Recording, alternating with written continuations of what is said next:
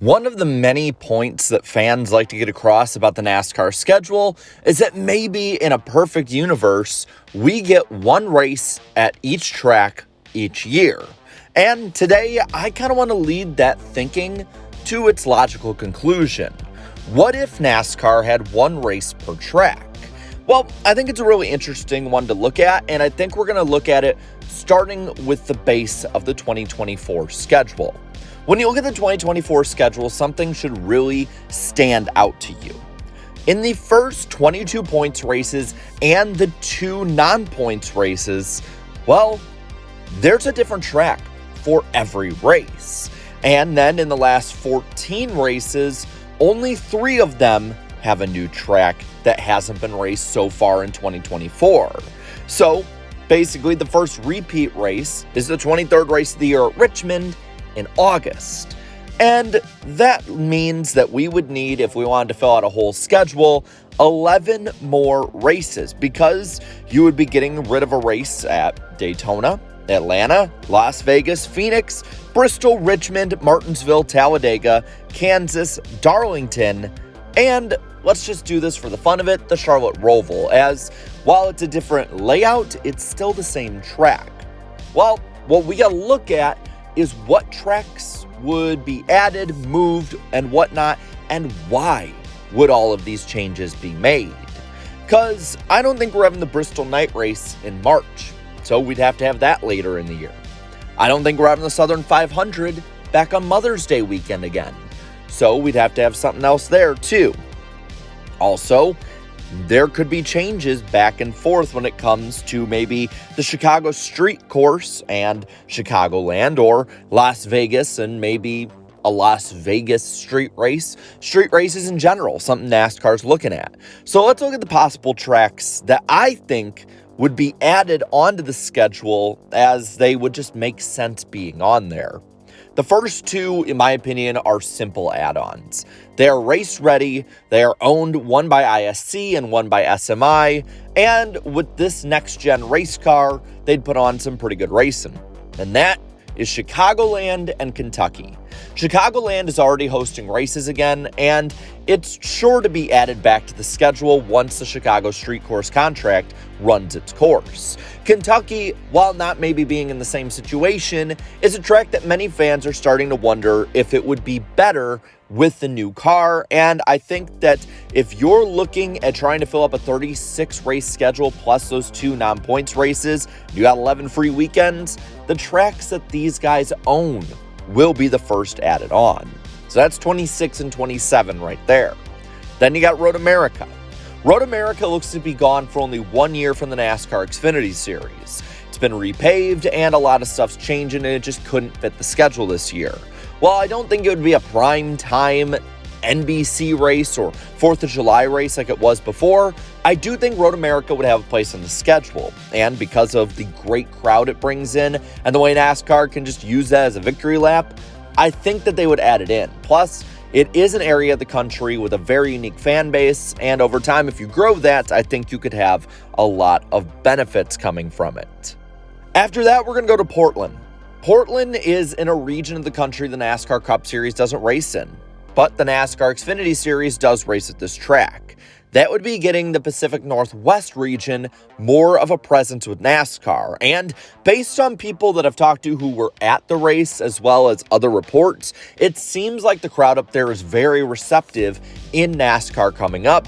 And I think that adding a race for the Cup Series at Portland would only continue to add into regions that NASCAR traditionally doesn't have the biggest fan bases. So that one's a big one right there. It would just probably be a rain race more than likely. Then you got Rockingham. I think Rockingham would be a good fill-in for a missing Charlotte date. You're going to have a lot of those races down in the southeast that are going to go away with a repeat date being taken away, and Rockingham is a good one to fill the void.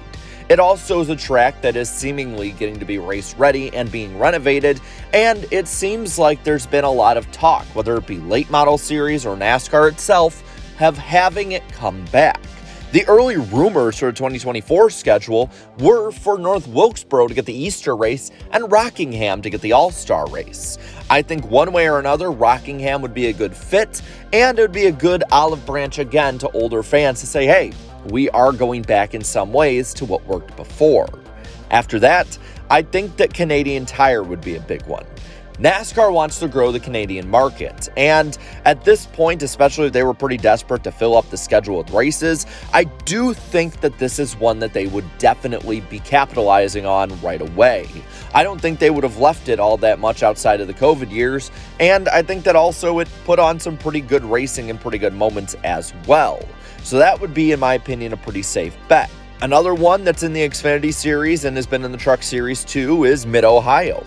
I think the track is Cup ready, and based on a lot of different metrics and different studies, it seems like Ohio actually does have a pretty big base for NASCAR. And I think capitalizing on that and growing that, and then having an area of the country which a lot of times is overlooked, is always a good plan because you got a lot of loyal fans and potentially loyal fans of the future.